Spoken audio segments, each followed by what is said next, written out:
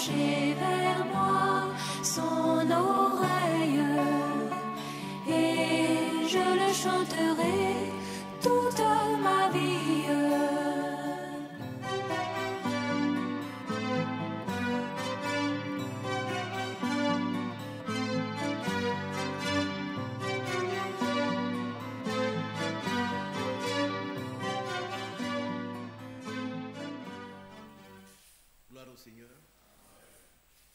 Si nous désirons vraiment le voir, c'est une réalité, c'est une très bonne chose.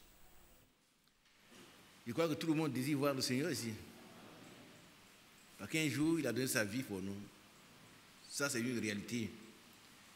La Bible dit qu'il a été livré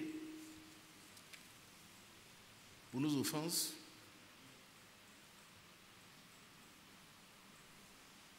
Et il est ressuscité pour notre justification.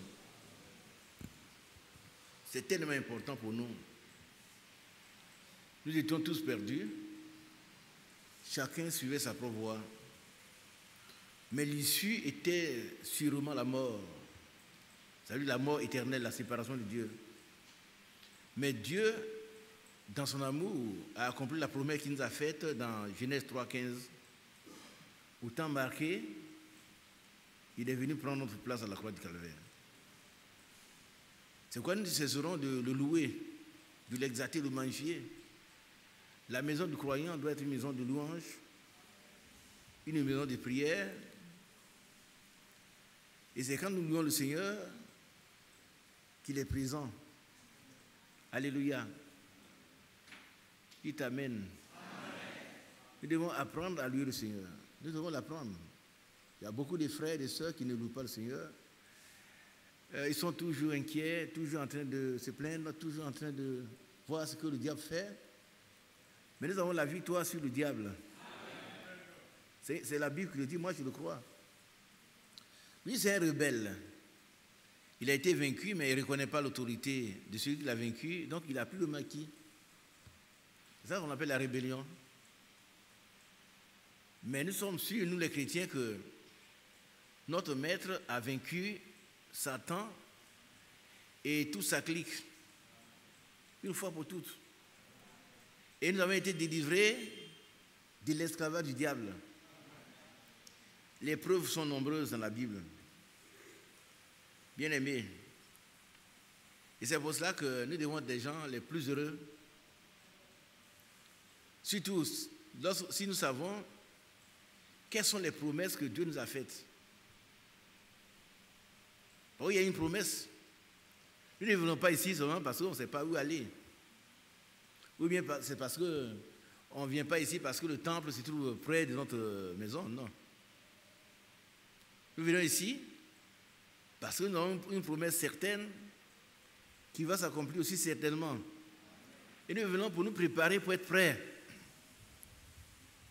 Si quelqu'un ne le sait pas, il doit maintenant chercher à comprendre pourquoi il quitte sa maison, il brave les obstacles, il dépense de l'argent, de l'énergie, et il vient ici. Ce n'est pas pour qu'on se salue simplement. C'est une très bonne chose de se louer, mais ce n'est pas suffisant. Ce n'est pas suffisant. Nous sommes là pour nous préparer en tant qu'élite. En tant que des gens qui vont être bientôt enlevés dans les cieux et qui vont s'asseoir à la droite de notre Seigneur, sur son trône. Amen. Vous voyez que nous sommes ici à Abidjan. Qu'on appelle ces quartiers-là, ici? C'est vous ou non? Koweït. Ça fait partie d'Abidjan. Vous allez vers, comment on appelle, on est allé, qui était à Andokwa la dernière fois? C'est comme ici? Est-ce que le quartier est comme ici? Bon. Mais c'est où dans cette chose? C'est aussi à Abidjan. Vous allez à Cocody, vous prenez la Riviera, c'est Abidjan. Vous allez au Golfe, où se trouvent les autorités, c'est aussi Abidjan. Ce soir, nous allons faire une veillée ailleurs, derrière le 16e je crois. Tout ça, c'est habillant. Et quand vous allez vers Ndotré, c'est aussi habillant. Ndotré, c'est habillant. Et puis, il y a une zone, en allant vers Ndotré, vers la prison, à gauche. Quand vous y allez, vous ne savez pas où vous allez, mais c'est habillant. C'est habillant. Vous savez que chacun va être ressuscité, mais chacun en son rang. Nous voulons être, nous, dans le meilleur quartier. Et ensuite, nous asseoir avec le Seigneur sur son trône. Il ne faut pas perdre de vue cette promesse-là. Jean 14 nous dit que le Seigneur vient nous chercher. Beaucoup seront sauvés, mais il y a des gens qui seront une élite, l'épouse qui va s'asseoir sur le trône avec son époux. C'est différent, hein? C'est différent. À cet égard, donc, il faut savoir pourquoi on vient ici pour s'y préparer, pourquoi nous devons être différents des autres. On doit être différents des autres. On doit faire la différence entre celui qui croit et celui qui ne croit pas, entre le méchant et le juste. C'est important. Est-ce que vous comprenez? Qui suis? Je ne fais que vous rappeler les mêmes choses. L'apôtre Paul a dit que je vous écris les mêmes choses parce que c'est là où vous êtes salutaire. La Bible est toujours actuelle. Elle est actuelle. C'est pas un livre d'histoire, c'est un livre, c'est le livre de la vie. Donc c'est la parole de Dieu. Voilà ici, Philippiens 3, 1. Au reste, mes frères, réjouissez-vous dans le Seigneur. Vous ne dites pas Amen. Vous savez qu'il faut que nous nous réjouissions dans le Seigneur. C'est important. Je ne me lasse point de vous écrire les mêmes choses. Et pour vous, cela est salutaire. L'apôtre Pierre dit la même chose dans 1 Pierre. Donc, il faut répéter parce que ça fait partie de notre vie. Pour ceux qui sont difficiles à comprendre, lents à la compréhension, ils soient convaincus qu'une promesse a été faite. Et elle va s'accomplir. Nous avons plus de 600, 700 promesses dans la Bible. Un frère a fait des recherches la dernière fois. Il dit que c'est 800. Il y en a tellement, mais il y a une promesse fondamentale. C'est d'être avec le Seigneur. Il va venir nous prendre avec lui. C'est une réalité. Il faut qu'on soit convaincu. Soyons certains de ce que Dieu dit. Parce que Dieu, il est Dieu. Et c'est pour cela que les souffrances, les afflictions du temps présent ne sont pas comparables à la masse de gloire qui nous attend dans le ciel. C'est vraiment merveilleux pour nous faire. Donc, prenons courage. Le Seigneur nous a prévenus, il a dit dans Jean chapitre 16, verset 33, on va le lire. Ah, voilà, Romains 8, 18. Prenez cela pour vous. C'est pas ça qu'il a cité, ils ont mis. C'est important. Quand on voit qu'on a des problèmes, ne pensez pas que tout est fini. Le diable va vous décourager. Mais toi, tu es chrétien, tu souffres. Non. Ça fait partie de notre lot. Quand on vous donne un lot, et dans notre paquet, là, il y a la souffrance. Il y a la souffrance. Et l'apôtre Paul dit, j'achève à mon corps ce qui reste de la souffrance du Christ. Voilà. J'estime que les souffrances du temps présent ne sauraient être comparées à la gloire à venir qui sera révélée pour nous. Dites un grand amen pour moi. Si quelqu'un souffre dans cette salle ce soir, si vous avez un problème personnel, que ce soit au niveau social, au niveau physique dans votre corps, au niveau spirituel, sache que ces petites souffrances ne sauraient être comparées à ce qui t'attend. Ça, c'est l'apôtre Paul qui parle là. C'est l'apôtre des païens. Lui, il a beaucoup souffert. Paul a souffert. Mais c'est en souffrant et qu'il magnifie le Seigneur dans la souffrance. Ne vous laissez pas abattre par le diable. Il va vous dire que Dieu ne vous aime pas. Vous êtes là, depuis que vous êtes venu au Seigneur, vous ne faites que souffrir. Dieu ne vous aime pas, donc ça ne vaut pas la peine de l'adorer. Il vaut la peine d'adorer Dieu. Très bientôt, nous allons quitter cette terre, quitter la souffrance. La souffrance, nous allons la laisser ici. Ce ne serait pas la fin du monde. Qui le sait? Vous savez que dans d'autres endroits ou d'autres milieux chrétiens, on ne parle que de la fin du monde. La fin du monde, c'est une chose qui viendra après l'enlèvement de l'épouse. Hein. Après l'enlèvement de l'épouse, le monde va continuer d'exister. Mais dans la douleur, dans la souffrance. Et c'est pour cela, Néhémie dit, levez-vous et marchez, car cet endroit n'est pas un lieu de repos. La terre, ce n'est pas un lieu de repos. Ceux qui pensent que c'est un lieu de repos, vous vous trompez. Vous ne pouvez pas vous reposer dans la paix 2 ou 3 jours. Non. Vous allez attendre une mauvaise nouvelle quelque part. Un parent, un proche parent, un ami qui est mort, quelque chose. Et vous allez être secoué encore. Donc ce n'est pas un lieu de repos.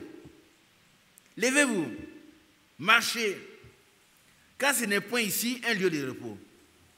Amen. Amen. Mon frère, Coco, lis ce passage pour nous. Pour ceux qui dorment, ceux qui pensent qu'ils doivent se reposer, il n'a pas le micro, donnez le micro.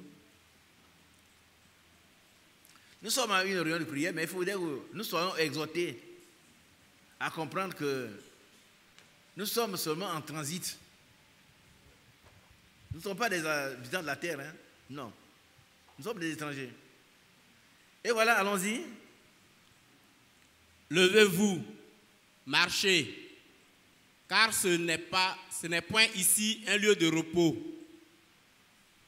À cause de la souillure, il aura des douleurs violentes. Dieu te bénisse. Tu n'as pas des lunettes. C'est vrai, il faut des lunettes. À cause des souillures, il y aura quoi? Des douleurs. Des douleurs sans précédent. Des douleurs violentes. C'est pour ça qu'il faut être enlevé. Ne nourrissez jamais le désir de passer par la grande tribulation. Ne dites pas, puisqu'il y aura des perdus. Il y en a qui ne seront pas sauvés et tout. Mais si moi je suis sauvé et pas par la tribulation, c'est bien. Non. Il ne faut pas avoir ces idées-là. Visons l'objectif d'être enlevé. Et si il doit y avoir un seul enlevé, ça doit être qui? Moi. Qui vous reçoit lui? Si un seul doit être enlevé dans cette église, ça doit être moi. C'est comme ça qu'on doit vivre la foi. Et puis effectivement, si c'est toi, tu sois enlevé, et tu verras cette terre-là croupie dans la médiocrité, dans les problèmes. Levez-vous. Amen. Qui veut s'élever? Ce n'est pas s'élever corporellement, mais c'est spirituellement. Il y en a qui dorment. Il y en a qui dorment, hein? Mais pendant que la prédication est apportée, ils dorment tranquillement. Quand on dit Amen, Amen. Ça dit qu'il faut être debout, debout comme un soldat. Par contre, la vie chrétienne, c'est un combat. C'est un vrai combat. Hein? Si vous n'avez pas compris que c'est un combat, vous n'avez rien compris. Le jour que vous avez dit oui à Jésus, ce jour-là, le diable a écrit votre nom dans un cahier. en rouge. Et il a mis abattre. À abattre. Si tu ne le sais pas, et tu ne dois plus dormir. Tu ne dois plus dormir. Tu ne dois plus dormir jusqu'à ce que tu déposes les âmes au pied du Seigneur. Est-ce qu'on est heureux? Ne soyons pas des gens qui abdiquent, des gens qui abandonnent le combat. Non. Non. Je vais vous rappeler le combat de l'apôtre Paul. 2 Corinthiens. Qui peut me rappeler ça? On a fait lire une fois ici.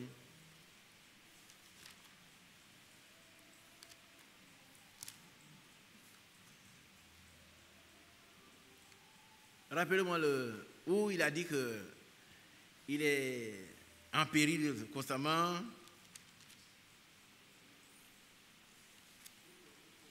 Combien? 2 Corinthiens? Voilà. Mais bien aimés, je voudrais vous parler de ces choses avant de parler de la prière et afin que nous prions. C'est important. On doit savoir que nous sommes des combattants. Et si le diable t'attaque, et il attaque. Et c'est pour ça que le frère Franck dit, il est temps que ceux qui croient ces messages commencent à prier sincèrement. Bien aimé sœur, si tu ne l'as pas encore fait, commence. Commence à prier sincèrement et à jeûner pour que le Seigneur Jésus-Christ, le Dieu, mette un stop aux attaques du diable. Amen. Alors, vous allez voir comment l'apôtre Paul a souffert. 2 Corinthiens combien? Oui. Bon, c'est à partir de quel verset?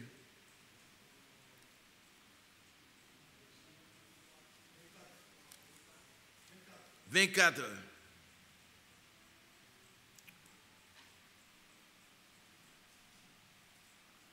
On va lire à partir du verset 22.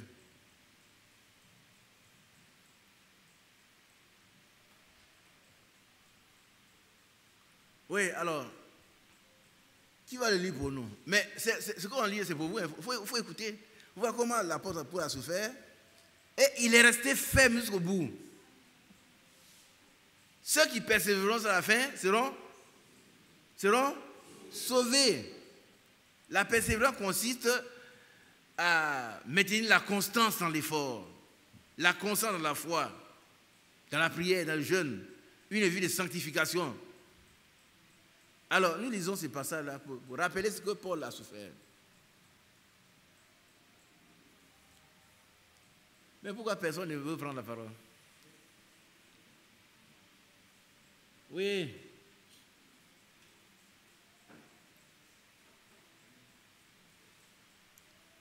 Oui, mon frère, donne le micro à Léopold.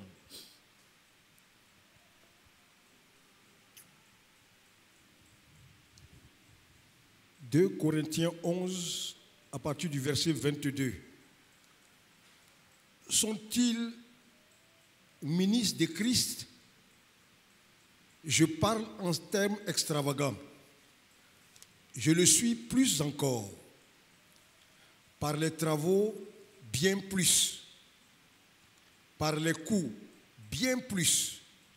Par les emprisonnements, bien plus. » Arrête-toi là. Qui a été déjà emprisonné pour le Seigneur? Qui a été emprisonné une fois parce qu'il est chrétien? Il n'y a personne. Mais Paul, il a été emprisonné. Et nous ne pouvons pas aller nous asseoir avec lui à la même table s'ils ne persévéreront pas. Si nous fuyons les épreuves. Continuons, frère. Souvent en danger de mort. Souvent en danger de mort. À cause de la parole de Dieu. Hein? Amen. Amen. Ces temps ne sont pas loin. Hein? Continuons. 5 fois, j'ai reçu des Juifs 40 coups moins 1. Ça y est combien de coups? Les matheux. 5 fois 40 coups, ça y est combien? 5 fois 40 coups, ça y est combien? Hein? 200. Maintenant, enlevez les 1. 195 coups. Ouf. J'ai plein Paul. Regardez ici. Qui a reçu même un coup? Un seul coup à cause de Jésus. Mais quand on nous a insulté une fois à cause du Seigneur, c'est fini, on fait palabre. On fait palabre. Ah, on brandit les coups, on va se battre. Mais lui, il a reçu 195 coups à cause de Jésus. La parole. Il n'a pas rendu les coups.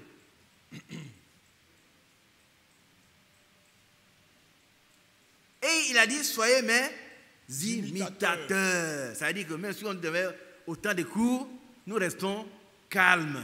Amen. Et nous bénissons. Amen. Nous ne maudissons jamais, nous bénissons. Et qu'on a bien compris. Soyez mes imitateurs, comme moi-même je suis de Christ. Quand on crucifiait le Seigneur, il a dit, pardonne-leur car ils ne savent pas ce qu'ils font. Amen. N'est-ce pas? Amen. Et voilà l'apôtre Paul, on donne 195 coups. Il ne maudit personne, il bénit.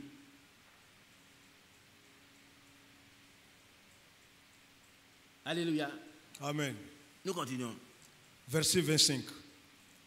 3 fois j'ai été battu des verges, 1 fois j'ai été lapidé, 3 fois j'ai fait naufrage, j'ai passé 1 jour et 1 nuit dans l'abîme. C'est fort, hein? Voilà l'apôtre Paul. Quand on parle de lui, nous sommes contents, on dit ça, l'apôtre Paul. Vous voyez, les vêtements qui tuaient son corps faisaient quoi? Les tissus qui tuaient le corps de Paul, quand on l'appliquait sur les malades, qu'est-ce qui lui arrivait? Ils étaient guéris. Il guérissait, mais voilà comment il a souffert. Amen. Et il dit, soyez mes imitateurs. C'est-à-dire, quand on souffre pour le Seigneur, on doit être heureux. Amen. On va le lire tout à l'heure. On sait de se plaindre. Prenons l'exemple de l'apôtre Paul. Continuons.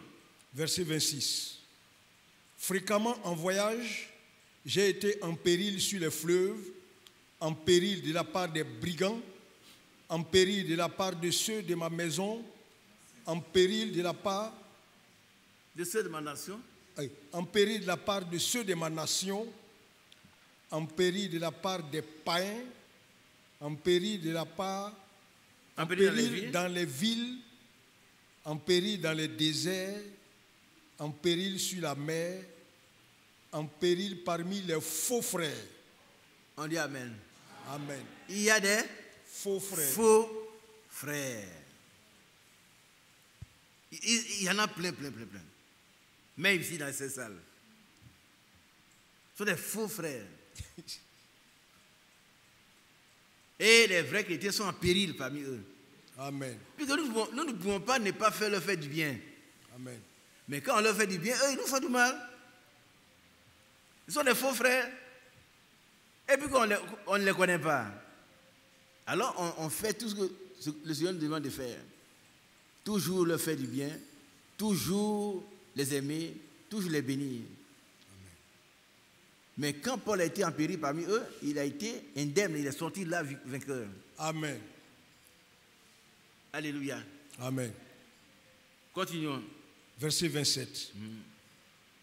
J'ai été dans le travail et dans la peine, exposé à de nombreuses veilles, à la faim et à la soif, et à des jeûnes multipliés, au froid et à la nudité. On reprend cela. Mon frère Kangou, tu veux lire ça pour nous? Je vous demande pardon, écoutez bien ce passage-là. Il y en a qui ne veulent pas travailler. Il y en a qui trient le travail.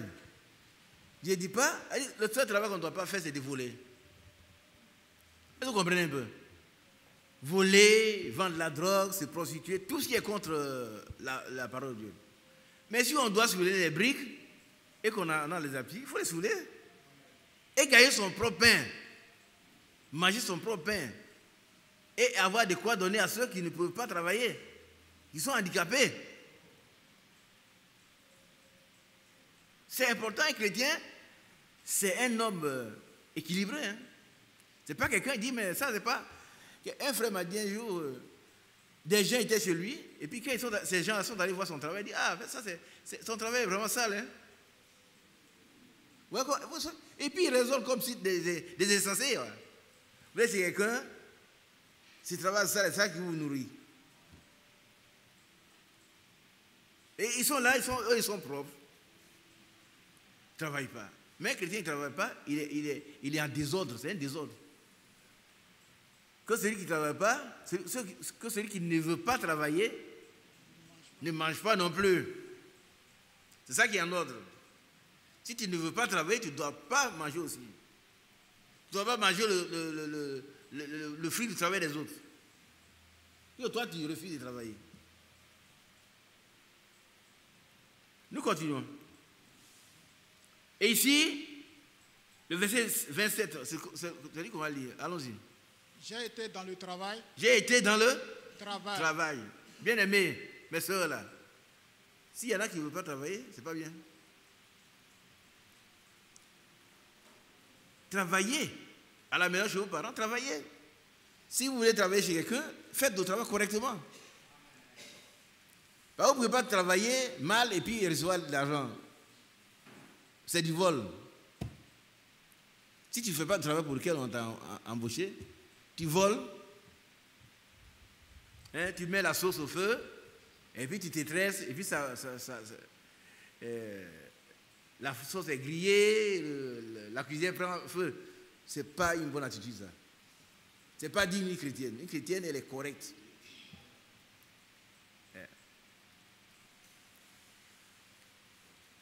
Est-ce qu'on comprend?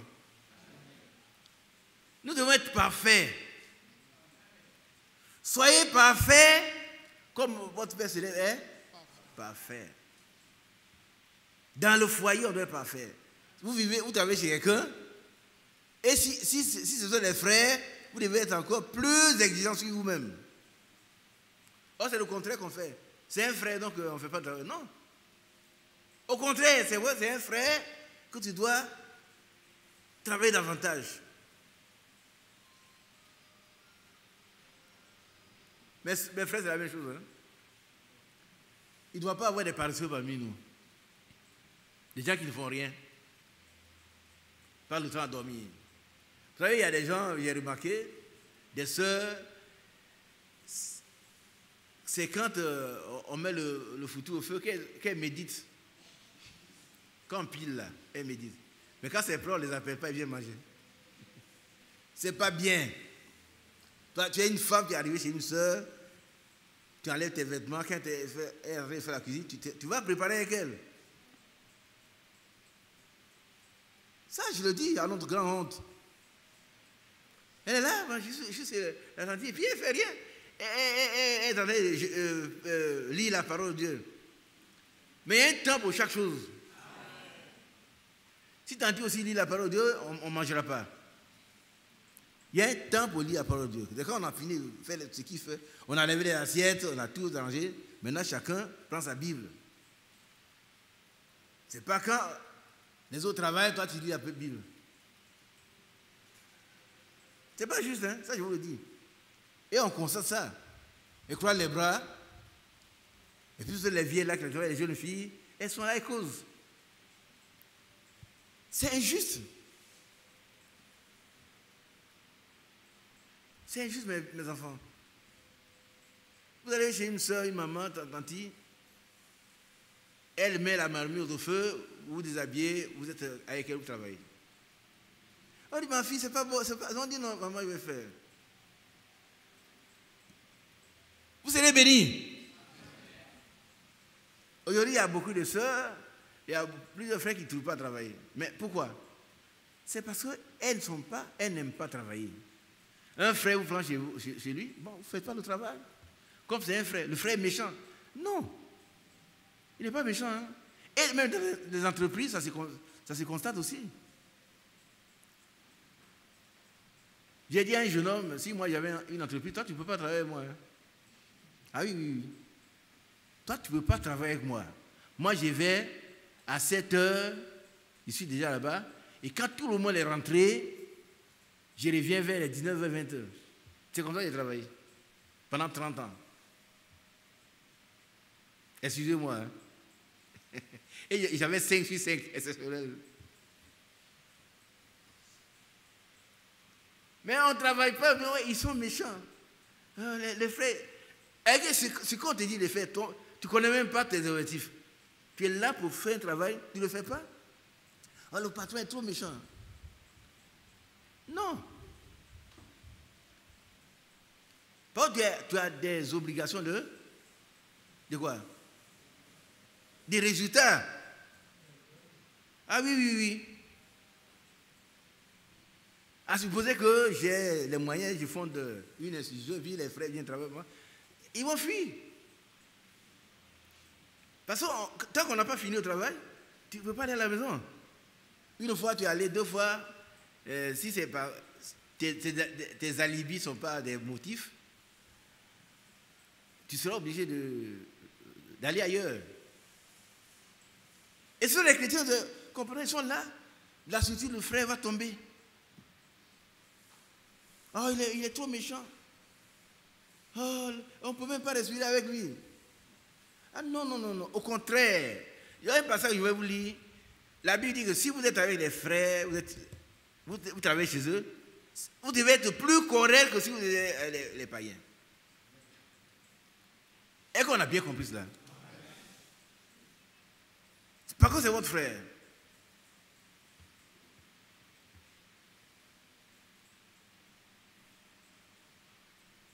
C'est important.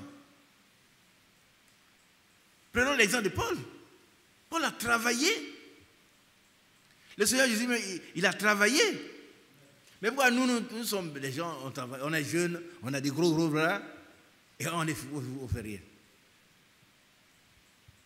Et puis on cherche du travail. Et tu as débrouillé un dossier depuis combien d'années? Mais on dit de ramasser les briques à côté là, briques. À la fin de la journée, tu as 3 000 francs. Non, frère, ça, moi je ne suis pas habitué à ramasser des briques. Regarde ces gens. Non. Ça, si il ramasse 2 fois, vraiment, ma paume sera écorchée. Garde ta paume propre, et puis tu meurs de faim. Mais il ne faut pas aller manger le pain de celui qui a ramassé les briques. C'est injuste.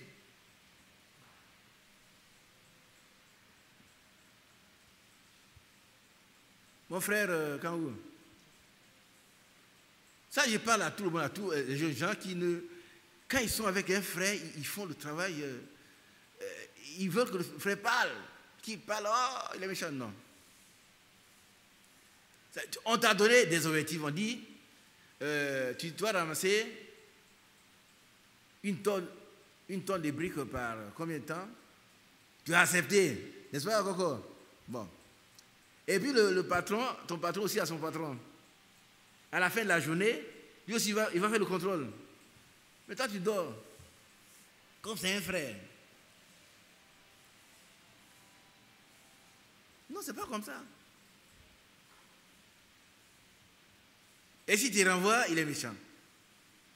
Tu vas raconter partout qu'il est méchant alors que tu ne fais pas le travail. Mais bien aimé, soyons différents des païens. Soyons différents des païens. Allons-y mon frère. Voilà. 27. Et dans la peine. Non, j'ai été dans le travail. J'ai été dans le travail et dans la peine. Voilà. Il a été dans la peine. Paul n'a pas eu une vie facile. Et aucun chrétien d'ailleurs. Aucun vrai chrétien. Parce que quand tu es quelque part, tu travailles bien, ils vont t'écrire des problèmes. On dit, toi, tu veux changer quoi? Tu veux changer le monde. Mais toi, tu fais ton travail. Fais-le correctement. Amen. Ne t'occupe pas de ce que les gens disent. Amen. Si tu t'as mis, on va dire, voilà, toi, tu dis que tu es chrétien, tu ne fais rien, tu fais n'importe quoi. Dans la peine, allons-y.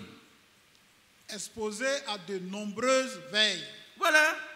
Mais nous dormons tout le temps. Dors. Ici, il était exposé. Mais s'il ne veut pas veiller, il veille. Il veille. Bien aimé frère, le temps n'est plus au sommeil. Nous devons être réveillés. Nous devons être réveillés. Alléluia. On doit être réveillé. Un chrétien, c'est quelqu'un qui doit être réveillé et éveillé.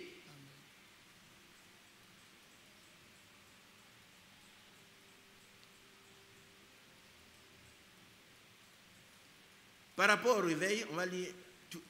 Regardez ça, hein? On va lire Marc chapitre 11. Marc 11.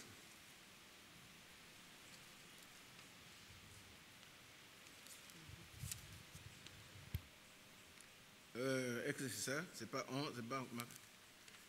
Non, c'est 13. 13. À partir du verset 33.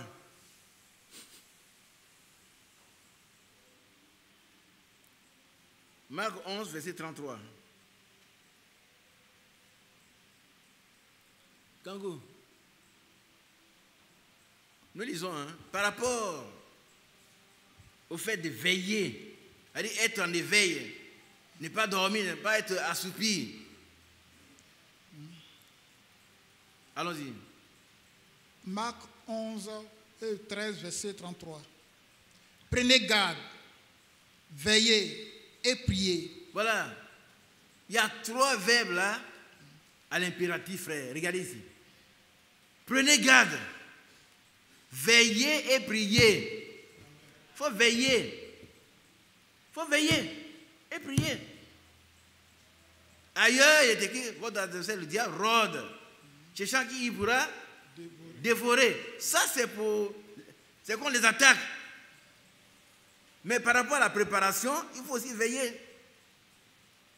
Si tu ne veilles pas, tu ne pries pas, selon 1 Pierre 5, le diable, il peut t'attaquer. Il cherche qui va dévorer. Ici, il est question de la préparation. Allons-y. Car vous ne savez quand ce temps viendra plus tôt. Continuons. Il en sera comme un homme qui, partant pour un voyage, laisse sa maison, remet l'autorité à ses serviteurs, indique à chacun sa tâche et ordonne au potier de veiller. Voilà. Indique à chacun sa tâche. Chacun sa tâche. Hein? Chacun doit faire sa tâche, pas la tâche d'un autre. Et la Bible dit que chacun aura sa propre récompense pour son propre travail. Bien aimé, c'est très très important. Hein? Chacun doit faire sa tâche. Ne dormons pas, ne critiquons pas les autres. Ceux-là, ils font rien. Toi-même, fais ce qu'on t'a dit de faire. Quand le maître viendra, il ne va pas contrôler le travail de l'autre. C'est toi ton travail. Qu'est-ce que tu as fait? Tu devais ramasser 10 briques. Tu les as ramassées? Non, quand tu es parti seulement, j'ai eu mal à la tête jusqu'à maintenant. Et puis on est batteur. Mais le Seigneur nous connaît. Hein? Chacun doit faire son travail. Allons-y, mon frère. Veillez donc. Veillez donc, répétition. Ça veut dire un renforcement. Veillez donc. Allez, ne dormons pas spirituellement. Sœur, écoutez. Veillez donc, veillons donc, ne dormons plus spirituellement. L'heure n'est plus au sommeil. Continuons. Veillez donc, car vous ne savez quand viendra le maître de la maison, ou le soir, ou au milieu de la nuit, ou au chant du coq.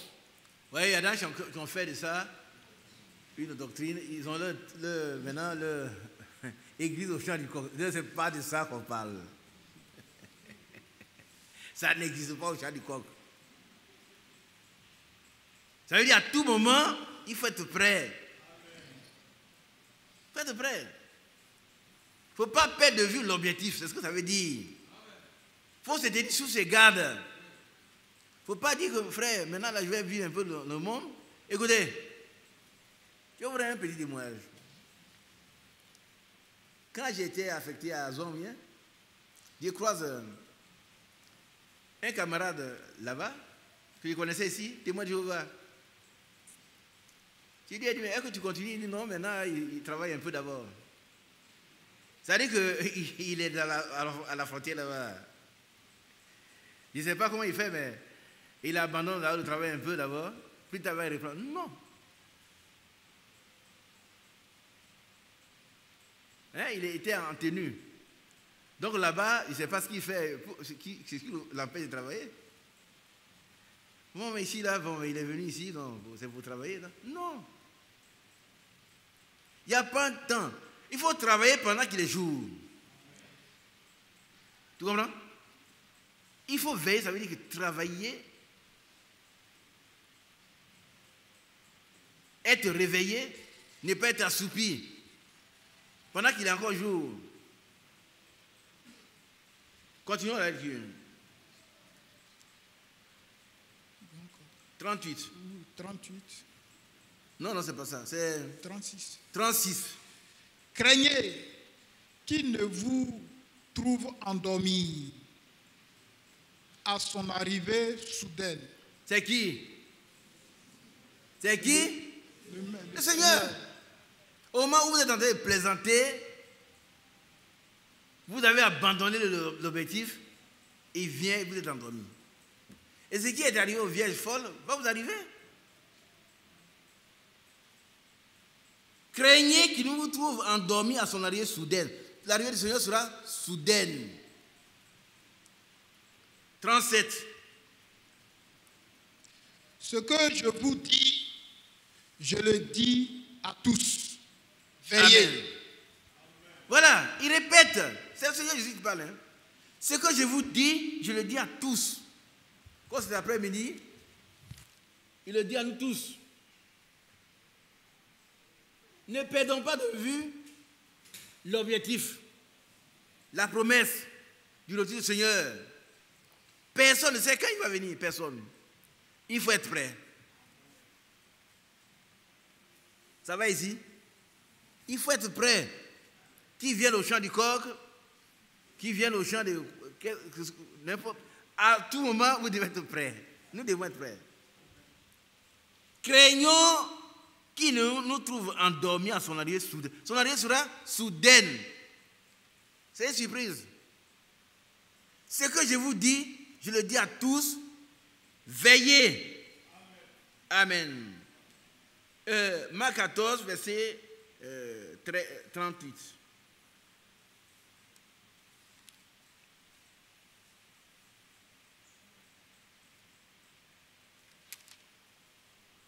Marc 14, verset 38.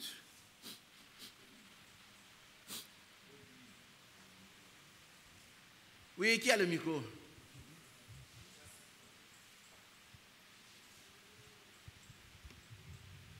Marc 14, verset 38. Veillez et priez, afin que vous ne tombiez pas en tentation. L'esprit est bien disposé, mais la chair est faible. On dit Amen. C'est une réalité. Une réalité, hein? L'esprit est bien disposé, la chair est faible. Veillez et priez, afin que vous ne tombiez pas en tentation. L'esprit est bien disposé, mais la chair est faible. Amen. Nous devons veiller, retenons cela. Plusieurs fois, le Seigneur nous avertit pour son avènement, qu'il soit soudain. Nous devons veiller. Pas veiller sur les autres, mais sur nous-mêmes. Amen. C'est sur nous-mêmes. Chacun doit veiller sur soi-même d'abord, avant de penser aux autres. Alléluia. Amen. Nous repartons dans le texte là-bas. 2 Corinthiens 11.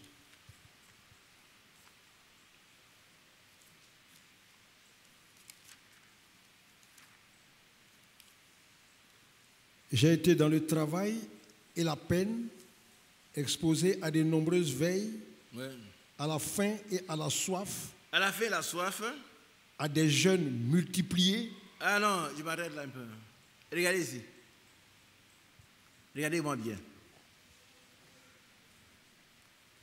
Est-ce que vous croyez au ministère du frère Franck? Amen. Non, pas répondre. Qui croit à ça? Mais pourquoi vous ne jeûnez pas? Pourquoi vous ne jeûnez pas? Pourquoi? Pourquoi vous ne jeûnez pas? On avait commencé à jeûner ici tous les mercredis avant que le frère ne parle. J'étais très heureux parce que c'est le même Saint-Esprit qui nous conduit. Il est temps que ceux qui croient ces messages commencent à prier sincèrement et à jeûner afin que Dieu mette un stop aux attaques du diable. C'est pas heureux? Vous voulez être trimballé, vous voulez que les sorciers, les marabouts, qu'on appelle les sorciers, vous créez des problèmes? Non. Quand on veille, qu'on jeûne, on prie, ils se tiennent très loin. Parce qu'ils voient le feu, ils voient, et ils s'éloignent. Dieu met stop. Lui, le Seigneur fidèle et prudent, il nous indique ce qu'il faut faire. Mais nous pensons que... Il y en a qui disaient que jeûner, on pourra jeûner, ça c'est avant, mais c'est pas... Aujourd'hui, il faut encore jeûner parce que le même diable là. Et le même Saint-Esprit est aussi là. La même puissance est là. Alléluia. Alors, ceux qui n'apprennent pas à jeûner, apprenez maintenant. Un frère nous a dit, mais moi frère, je n'ai jamais jeûné. Mais c'est minable. Tu dois prendre à jeûner. Il y a une puissance dans le jeûne. Le jeûne, c'est l'allié sur de la foi. Il y a des situations qui ne peuvent être réglées que par le jeûne. Absolument. On a prié, ça ne va pas. Il ne faut pas crier. Moi, je jeûne maintenant. Non. Tu peux jeûner sans qu'on le sache. Jusqu'à ce que ton problème soit réglé. Amen. Qui a bien compris? Jusqu'à ce que ton problème soit réglé. Tu prends du temps, tu pries, tu jeûnes, tu pries, tu jeûnes. Jusqu'à ce que ton problème soit réglé. Hein? Parce que nous sommes dans le combat. Et les âmes avec lesquelles nous combattons, elles sont spirituelles. Ce n'est pas les coups de poing. Si c'est dans un foyer, on ne fait pas coup de poing. Si l'un des conjoints a des problèmes, c'est lui qui a des problèmes, c'est lui qui provoque souvent. Toi, tu dois rester tranquille, et puis tu manges pas, et tu jeûnes. Et la paix va revenir. Parce que le diable qui est entré dans le foyer, va se retirer, va être chassé. Est-ce qu'on a bien compris? Ne donnez pas accès au diable. Je vous le pèse, frère. Très souvent, je vais vous le lire. Ceux qui se révoltent, font du tapas, ils donnent accès au diable. Et le diable, quand il est là, il ne va pas rapidement. Hein. Quand on lui a donné accès là, quand on l'a invité à venir, il vient pour voler, détruire et égorger. Voilà. Éphésiens chapitre 4, versets 25, 26, 27. C'est pourquoi, renoncez au mensonge. Renoncez au mensonge. Le mensonge vient du diable. Et que chacun de vous parle selon la vérité à son prochain. Car nous sommes membres les uns et les autres. Continuons, tu as trouvé, Léopold? Tu as trouvé, vas-y. Si vous vous mettez en colère, ne péchez point. Amen. Ça veut dire que le fait de se mettre en colère, ce n'est pas le péché. C'est-à-dire, la colère peut être spontanée. Quand tu as écrasé le pied de Coco, il dit, ah, pourquoi tu fais ça? Il souffre. Mais, sachant qu'il est un chrétien, il dit, mon frère, il te pardonne. Il souffre, mais il te pardonne. Amen. Voilà. Mais s'il garde, il doit garder ça jusqu'au soir. Le lendemain. Alors, il va donner accès au diable. Amen. Ça, vous avez compris? Si le frère te fait du mal, tu souffres, mais on ne garde pas. Si tu gardes, tu auras des yeux pour pleurer. Hein? Parce que le diable va venir, il va créer des problèmes à ton mari. Et puis c'est toi qui vas pleurer maintenant. Il ne faut pas donner accès au diable. Amen. Que le soleil ne se couche pas sur votre colère. Tu as bien compris. Je vais tout donner. Ah, moi ça là, je ne vais pas. Non, non, frère, ça non. Il y a longtemps, il fait ça, cette fois-ci là. Mais cette fois-ci, tu ne pardonnes pas, tu deviens comme lui. On ne doit pas partager le péché d'autrui. Amen. Tu vas faire comme lui. J'ai posé la question à une soeur un jour. Bon, quelqu'un lui fait du mal. Elle n'est pas contente de faire. Je vois qu'on est d'accord. Maintenant, si un cabri se donne un coup de pied, un cabri, tu le poursuis, tu l'attrapes, tu lui donnes aussi un coup de pied. Et puis si quelqu'un te voit, qu'est-ce qu'il va dire? Réveille celui qui dort. Toi, oui. Lève-toi. Si un cabri te donne un coup de pied, toi, un cabri, et puis tu le poursuis jusqu'à tu l'attrapes, devant les gens, on dit qu'est-ce qu'il fait? Il m'a donné un coup de pied, tu donnes un coup de pied toi aussi. Les gens qui te voient, qu'est-ce qu'ils vont dire?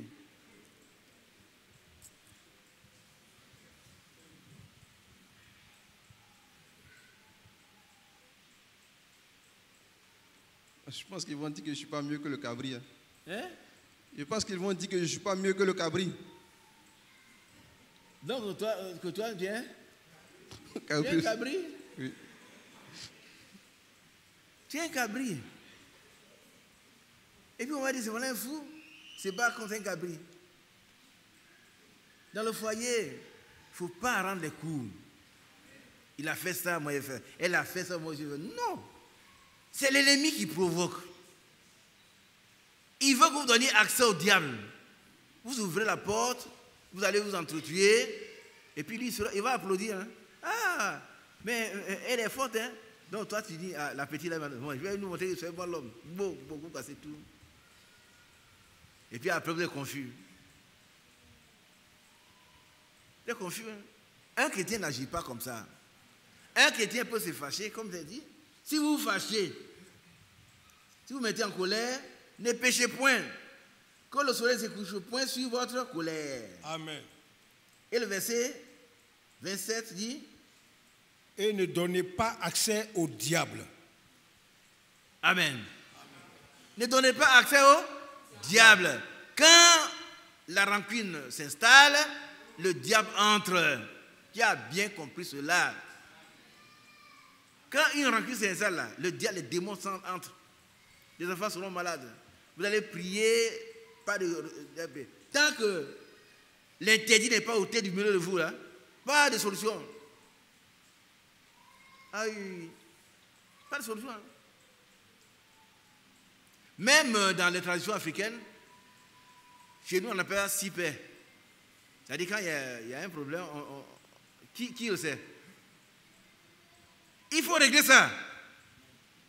Quelquefois l'enfant est malade, on vient vous interroger, qu'est-ce qui s'est passé? Oh, il y a un mois, il m'a fait ça, moi je ne suis pas content. On règle ça d'abord avant de faire le traitement. Amen. Parce que le diable est entré. Et ici l'apôtre dit, ne laissez pas accès au diable, frère. Pas de rancune. Alléluia. Amen. Amen. Nous allons continuer avec notre texte. On va revenir dans Ephésiens 4. Alors, dans 2 Corinthiens,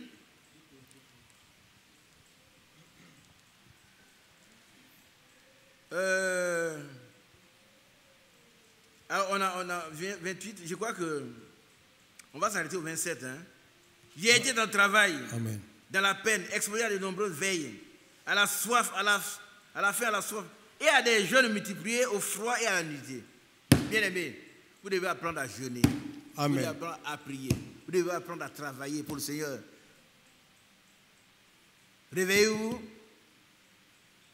Je vais vous donner quelque chose. Si un jour vous êtes libre, c'est-à-dire le lendemain férié, qu'il n'y a pas été programmé de veiller ici, mais à partir de minuit, passez le temps à prier jusqu'au matin. Dites Amen. Passez autant à prier jusqu'au matin. Vous allez voir ce qui va se passer. Il ne faut pas dire, comme demain est férié, je vais dormir. Non.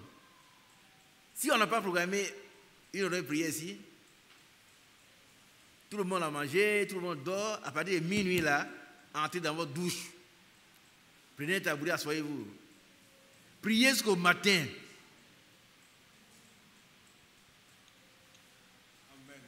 Amen. Amen. Et puis, il faut répéter. Il faut répéter. Il faut répéter. C'est ça ce que vous savez à guérir. Vous savez, des combattants formés à la guerre. Vous savez que quand Amalek a attaqué Israël, Moïse a formé 2 groupes. Une équipe de prière et puis une équipe de combat dans la plaine. Amen. Est-ce que vous savez ça? Amen. Quand quelque chose se passe sur la terre, là, c'est qu'au ciel aussi, il y a un combat. Il y avait Josué et les autres sur la terre en train de se battre. Moïse, Aaron et Hur sur la montagne. Amen. Quand les mains de Moïse étaient fatiguées, qui gagnait? Amalek. Quand vous ne priez pas, l'ennemi gagne. Ah oui, oui. Il ne faut pas penser que c'est l'ennemi gagne. Hein? Vous allez prendre dans la Bible là, tous les combats. Amalek contre Israël. Pharaon contre Moïse. Qui encore? David contre Goliath. Vous parlez, c'est David qui a gagné? Quand un petit David là, peut battre un géant. David et Goliath étaient des représentants de 2 forces, 2 puissances spirituelles. Je répète, David et Goliath étaient représentants de 2 puissances spirituelles. Ouais, chacun, le Philistin, il insultait David au nom de son Dieu. Mais David est allé au nom de l'Éternel et il a décapité. Nous avons toujours la victoire si le nom de l'Éternel, nous le prenons devant dans la prière. Non, ne vous amusez pas à dormir. Non. Le chrétien, c'est un combattant. Alléluia. Amen. Alors, nous revenons donc dans Éphésiens chapitre 4, le verset 27.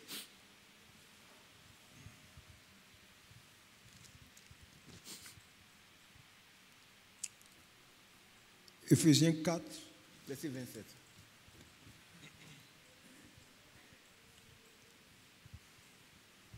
Et ne donnez pas. Et ne donnez pas accès au diable. On a bien compris?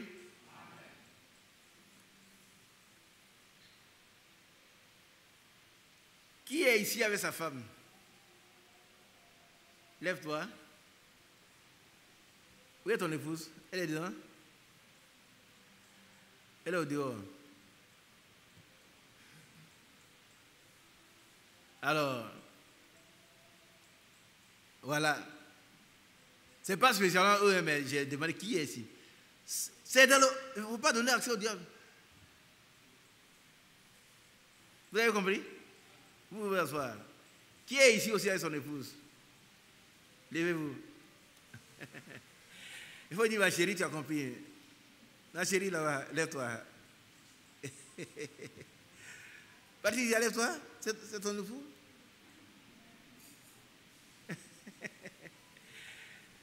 Voilà. Moi, mon époux n'est pas là malheureusement, sinon je lui aurais dit de se lever. Ça nous concerne tous. Nous avons la victoire, mais nous ouvrons la porte. Parce que chacun protège ses intérêts. Elle a dit ça, moi je ne veux pas accepter ça. C'est fini, hein? Tu as ouvert la porte. Et le frère Blanc dit souvent, ce n'est pas ton frère, ce n'est pas ta soeur, c'est le diable. Qui a bien compris? C'est le diable, hein? C'est le diable. C'est le diable qui... Vous devez, quand ça ne va pas, sachez que le diable, il est venu pour voler, amen, égorger, détruire. Amen. Donc, il est en train de voler votre amour. Ouais. Oh, l'amour ne peut pas périr. Vous mettez à genoux. Vous êtes d'accord maintenant pour lutter contre lui. Amen. Mon frère Sokoye, assois-toi. Ma fille, assois-toi aussi. Il y a un autre couple. Y a-t-il un autre couple qui est venu aussi à ce soir? Hein? David. Ah, Quadio, levez-vous les Quadio. Elle est dehors. Madame Quadio, lève-toi. Vous êtes un jeune couple. Vous voyez, c'est bien d'être jeune. Mais le diable, c'est un vieux. C'est même un vieillard. Ah, tu vois que vous êtes heureux. Soyez toujours heureuse. Amen. Mais ne donnez jamais accès au diable. Pas de colère qui aille jusqu'au soir. Ce soir, quand il va venir là, lui-même va faire. Non, on ne dit pas des choses comme ça. Il n'y a pas un foyer où il n'y a pas d'incompréhension. Ça, dans l'histoire. Mais ça se règle dans la Bible. Amen. Vous pouvez vous asseoir. Le frère Branham dit, je ne suis pas immunisé contre la tentation, contre l'épreuve, mais je la domine. Amen. Amen. Amen. C'est comme ça le chrétien doit être. On n'attrape pas un problème dans la famille. Ça, tu as fait ça là, vraiment. Il faut que tes parents soient informés. Pourquoi ils seront faits? Pourquoi? C'est ton mari, c'est ton époux, c'est vous deux qui allez régler ce problème. Mais avec la troisième personne qui est le Seigneur Jésus-Christ. Il est plus intelligent que les parents. Quels les parents m'ont dit? Bon, tu m'as tellement ma fille, je la reprends. Et puis toi, tu seras malheureux. Ah oui. Alors moi, je savais que mes beaux-parents ne sont plus, donc... S'ils vivaient même, j'aurais voulu qu'ils viennent prendre ma femme pour aller. Non. Si on a un problème, règle entre nous. Quand eux, ils ont leur problème, ils règlent ça entre eux. Nous, on est chrétiens, on a Jésus avec nous. Et ça nous permet de grandir. Quand on surmonte les épreuves, on grandit. Alléluia. Alors, nous continuons. Le verset 28. Que celui qui dérobait ne dérobe plus. Ça veut dire quoi? Que celui qui volait ne vole plus. Ne vole plus. Voilà. Ça veut dire que les gens volaient avant d'être chrétiens. Mais quand on est devenu chrétien, on ne vole plus. Amen. C'est un impératif. Continuons. Mais plutôt qu'il travaille en faisant de ses mains ce qui est bien pour avoir de quoi donner à celui qui est dans le besoin. On dit Amen. Voilà ce qu'on a. Mais malheureusement, on constate que parmi nous, là, il y a des paresseux. Des paresseux qui ne veulent rien faire. Et puis, ils sont des escrocs. Ah, ils montent des faux projets, ils viennent escroquer les gens. Même des arnaqueurs. C'est pas juste, hein? C'est-à-dire qu'ils n'ont pas compris qu'un jour ils seront jugés. Ils n'ont pas compris. Si tu trompes les autres, tu continues de voler. Amen. Mais plutôt qu'ils travaillent en faisant de ses mains ce qui est bien. Pas ce qui est mal. Tu ne peux pas aller vendre la drogue, aller faire ce qui est mauvais. Mais tu fasses un travail honnête. Amen. Un travail pur. Amen. Amen. Amen.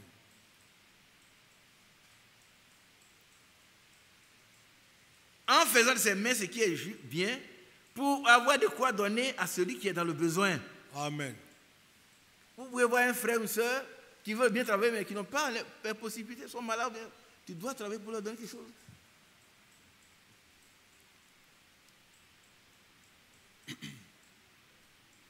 Je pense que parmi nous, il n'y a pas des gens qui ne font pas ce que le Seigneur dit. S'il y en a, vous êtes rappelés à l'ordre. On continue.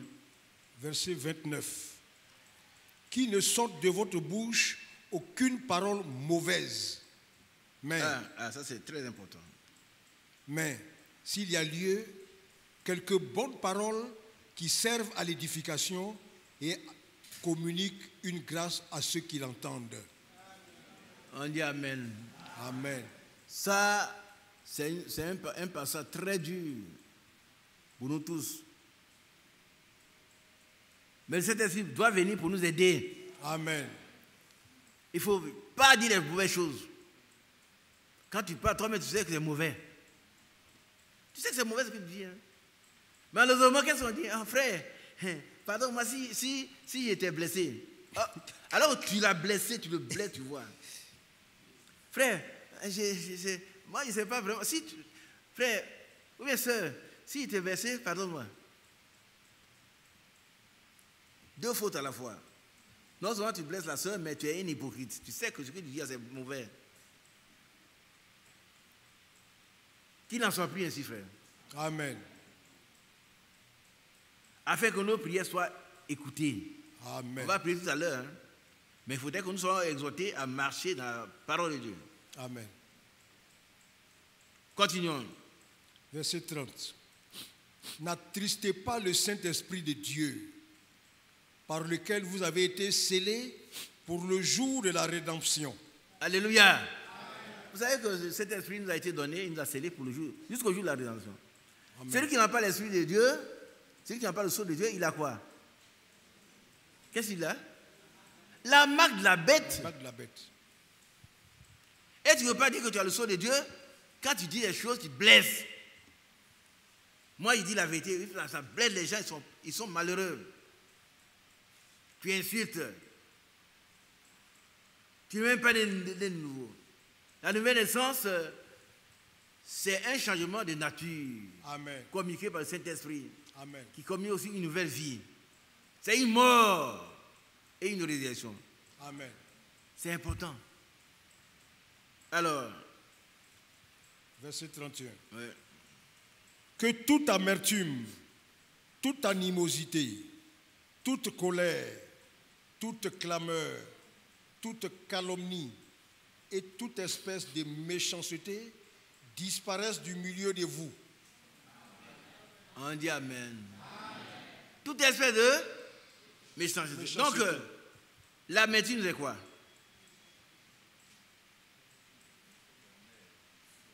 Oui. Et l'animosité. Regardez un peu. Quelle est la conclusion partielle là?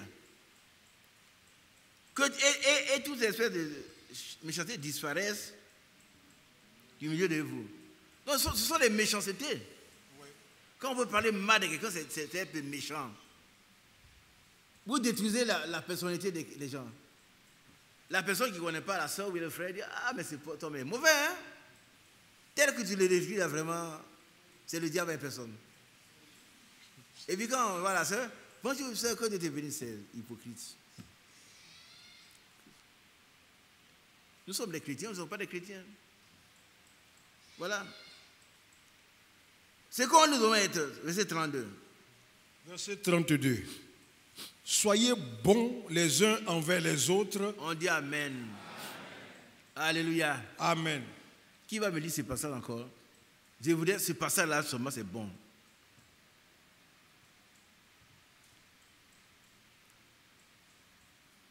Oui, mon frère. Donnez ça au jeune qui est en orange.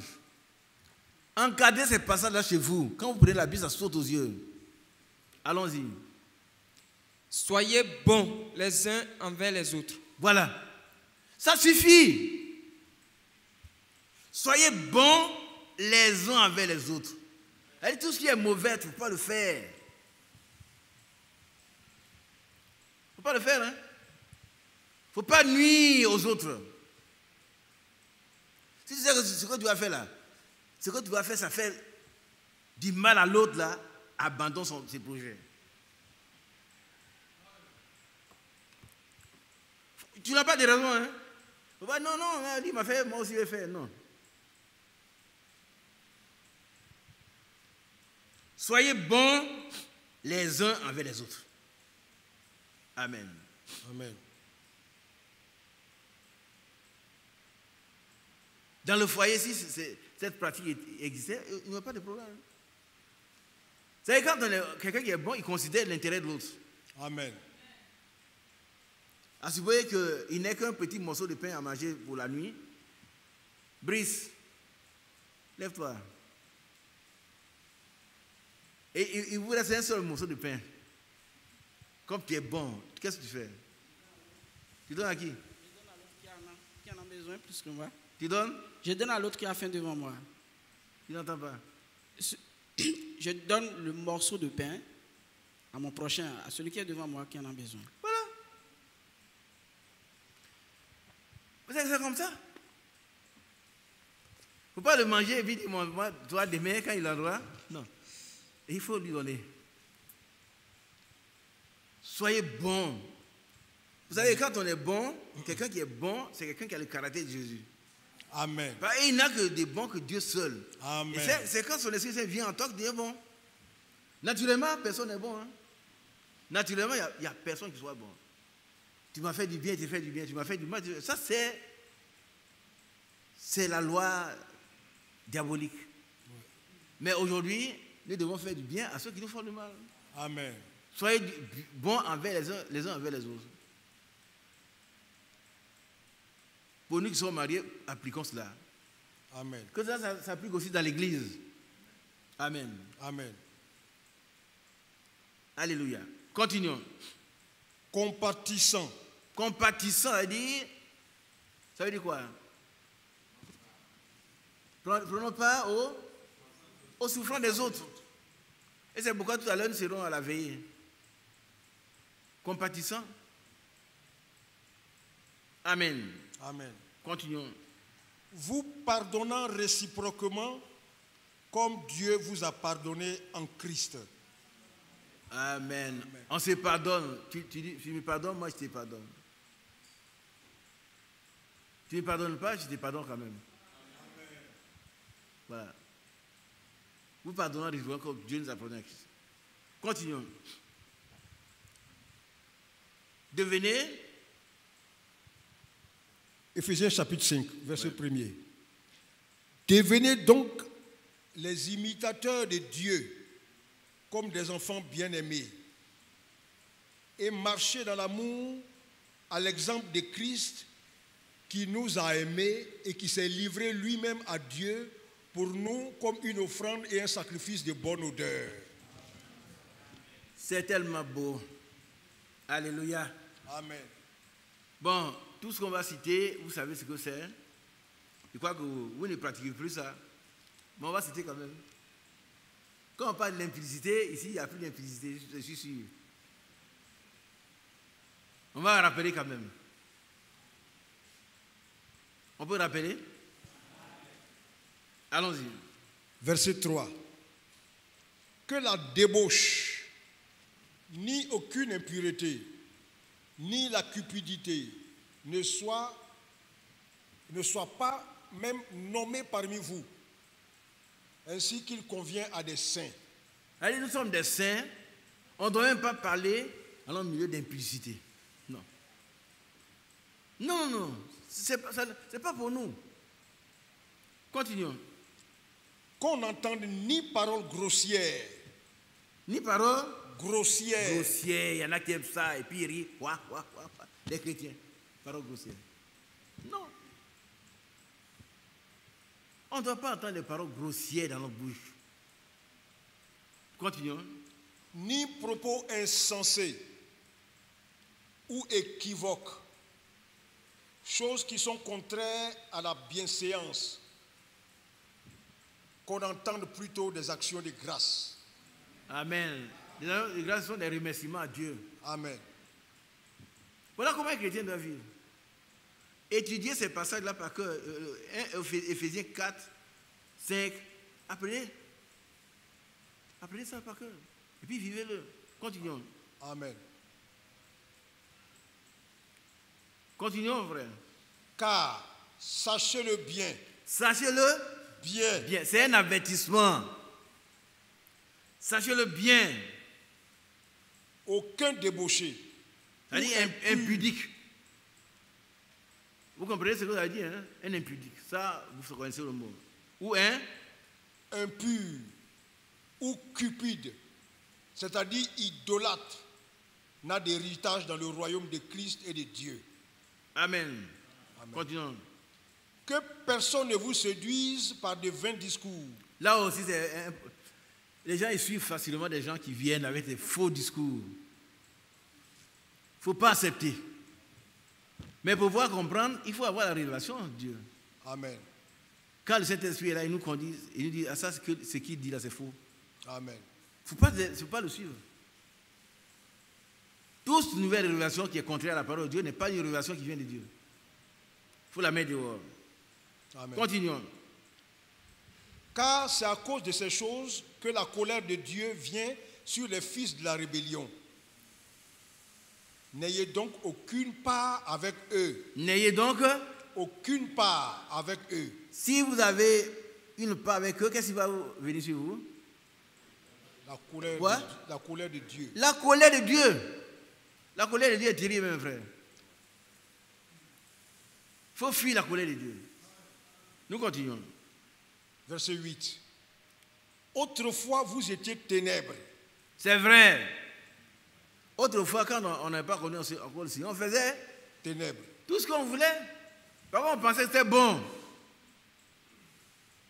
On ne voyait pas de mal. Hein? Vous savez, les païens, un païen qui va avec une jeune fille qui n'est pas mariée, lui aussi n'est pas marié, même s'il est marié. C'est normal. C'est normal. Hein? Ce n'est pas la femme de quelqu'un. Mais devant Dieu, c'est un péché très grave. Amen. Ah oui. Il est dans les ténèbres. Il sait qu'il ne doit pas chercher la femme de quelqu'un. Mais une fille qui est dans les rues, il n'a pas de mari, là, il ne peut pas la chercher. Mais devant Dieu, c'est un péché grave. Amen. Puis il est dans les ténèbres, il ne peut pas savoir. C'est la même chose pour les jeunes filles. Hein? Bon, l'homme n'est pas marié, il peut sortir. Et puis l'expression sortir. Moi, je n'aime pas ça. J'ai cherché à comprendre que je sors. Tu sors de la parole de Dieu pour aller à l'enfer. Il ne faut pas sortir. Il ne sort pas. Hein? Il sort avec lui. Non. C'est pas bon. Alors, nous ne sommes plus ténèbres. Le verset 8, autrefois. Autrefois, vous étiez ténèbres. Et maintenant, vous êtes lumière dans le Seigneur. Amen. Nous sommes lumière dans le Seigneur. Nous avons la révélation de la parole de Dieu. Nous avons été éclairés par le Saint-Esprit. Amen. Donc, nous savons maintenant que commettre la fornication, c'est un péché. Amen. Ça veut dire la fornication, ça dit que tu vas chercher une jeune fille qui n'est pas mariée. Toi aussi, tu n'es pas marié. Tu commets un péché et tu fermes le ciel pour toi. On ne parle même pas d'adultère, mais vous deux, vous n'êtes pas mariés. Si vous allez ensemble, vous commettez ce qu'on appelle la fornication et Dieu condamne ça. Mais quand on est dans les ténèbres, on ne sait pas. On ne sait pas. On pense que c'est bon. Ce n'est pas la femme de quelqu'un. Que sais-tu? Elle a été créée pour quelqu'un. Mais si, mais ce n'est pas ta femme non plus. Toi, tu ne dois connaître que ta femme. Dites Amen. Amen. Un chrétien ne doit connaître que sa femme, elle seule. Amen. Tout. Amen. Amen. Alors nous continuons. Marchez comme des enfants de lumière. On dit Amen. Frère, marchons. Ça veut dire conduisons-nous. Ayons un comportement des gens qui sont nés de nouveau, qui sont remplis du Saint-Esprit. Amen. Et que cela soit évident, que les gens voient que Amen. cette fille-là, elle est différente des autres. Continuons. Car le fruit de la lumière consiste en toutes sortes de bonté, de justice et de vérité. Amen. Continuons. Examinez ce qui est agréable au Seigneur et ne prenez point part aux œuvres infructueuses des ténèbres, mais plutôt condamnez-les. Et plutôt, condamnez-les. Ce n'est pas par la bouche seulement, hein? C'est par le comportement. Amen. Condamnez-les. Il ne faut pas participer, il faut les condamner. Amen. Continuons. Verset 12. Car il est honteux de dire ce qu'ils font en secret. Voilà. Quand ils sont seuls là, ce qu'ils font là, c'est honteux. Continuons.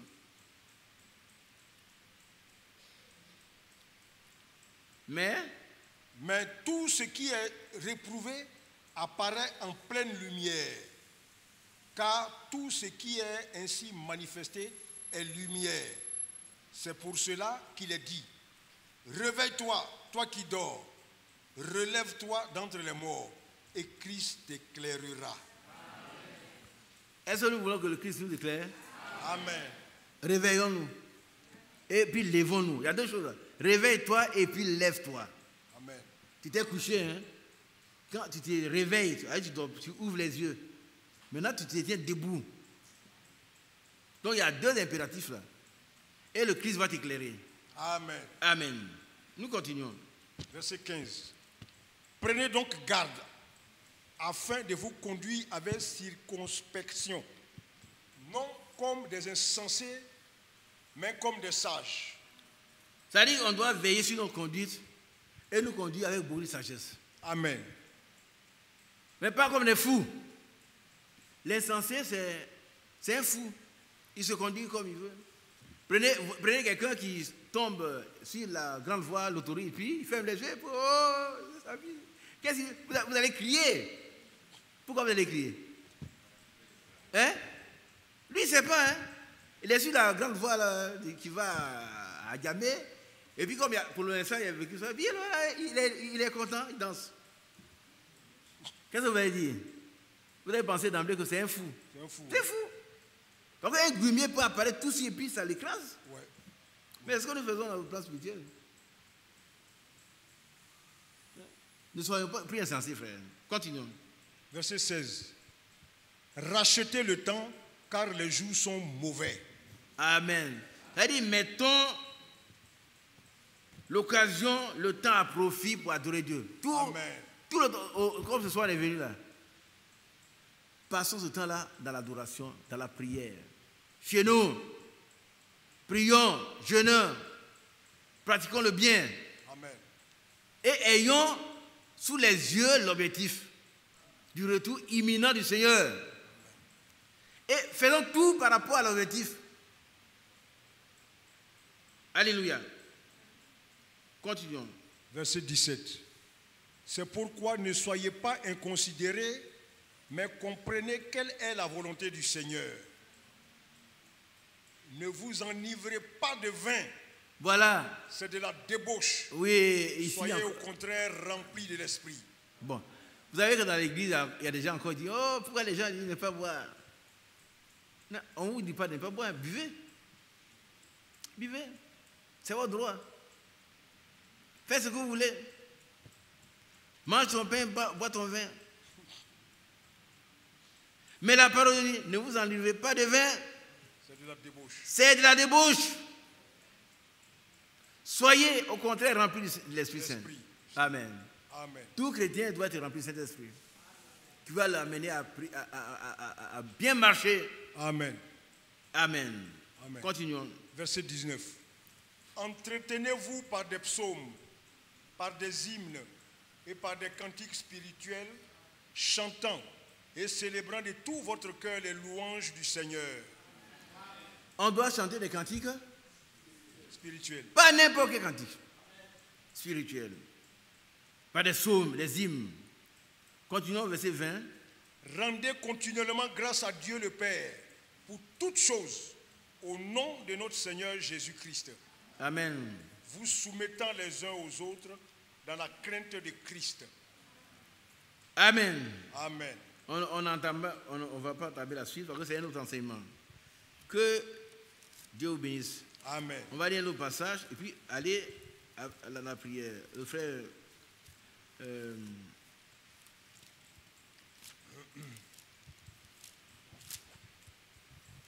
il va venir faire prier.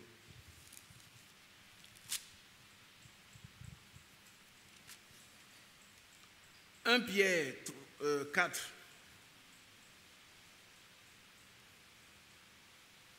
Un Pierre 4.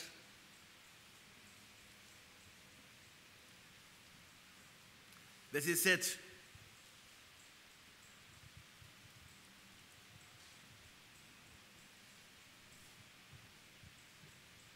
Allons-y. 1 Pierre 4, à partir du verset 7. La fin de toutes choses est proche. Soyez donc sages et sobres pour vaquer à la prière. Soyez donc sages et sobres Pour c'est un but. Il faut être modeste, il faut être modéré, il faut être tempérant pour avoir le temps de prier. Amen. Amen. Oh, que Dieu vous bénisse. Amen. Verset 8. Verset 8. Avant tout, ayez les uns pour les autres un ardent amour, car l'amour couvre une multitude de péchés.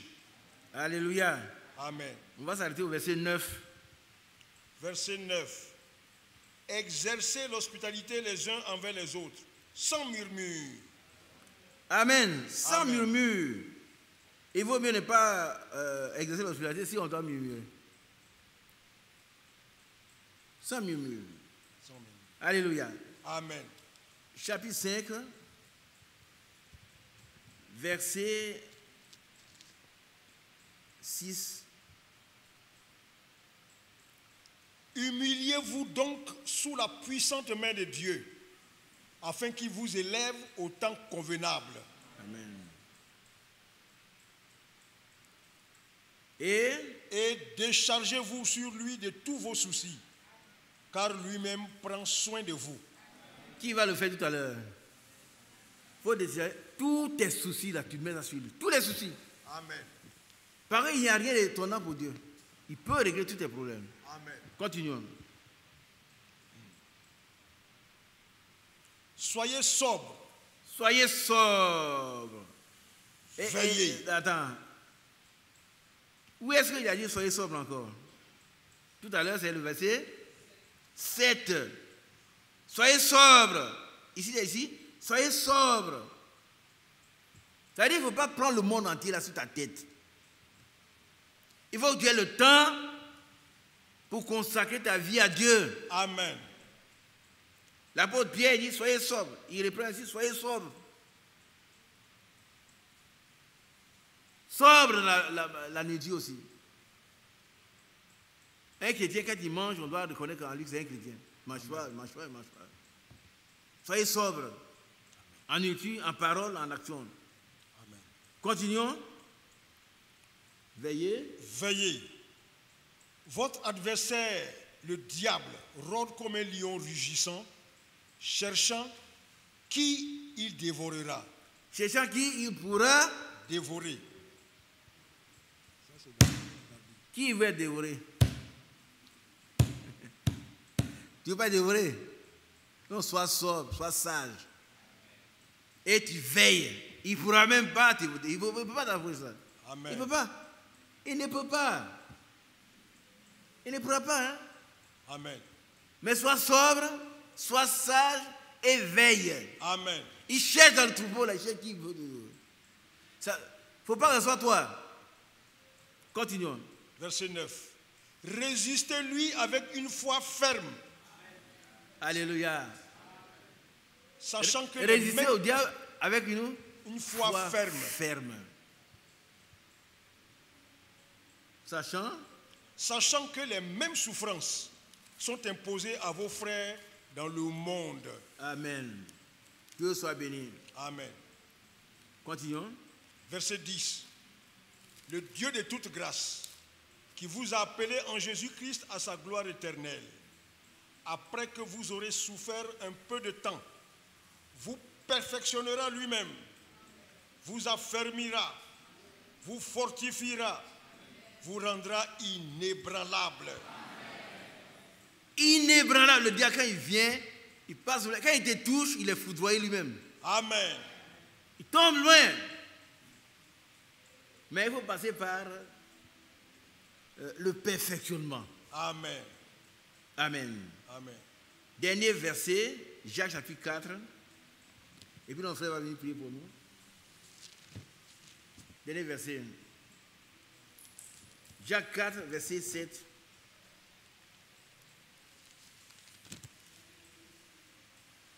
Jacques chapitre 4, verset 7. Oui. La fin de toutes choses est proche.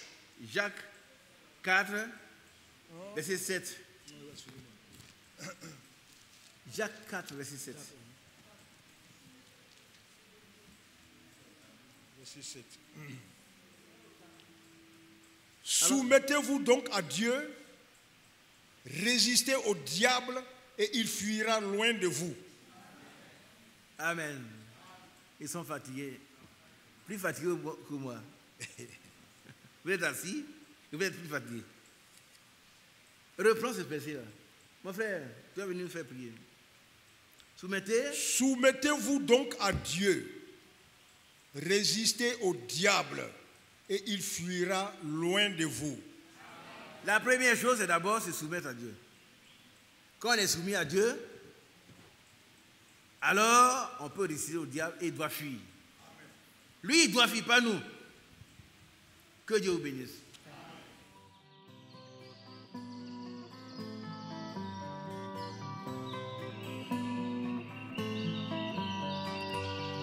J'aime l'Éternel, car il entend ma voix. Il a penché vers moi son oreille, et je le chanterai toute ma vie.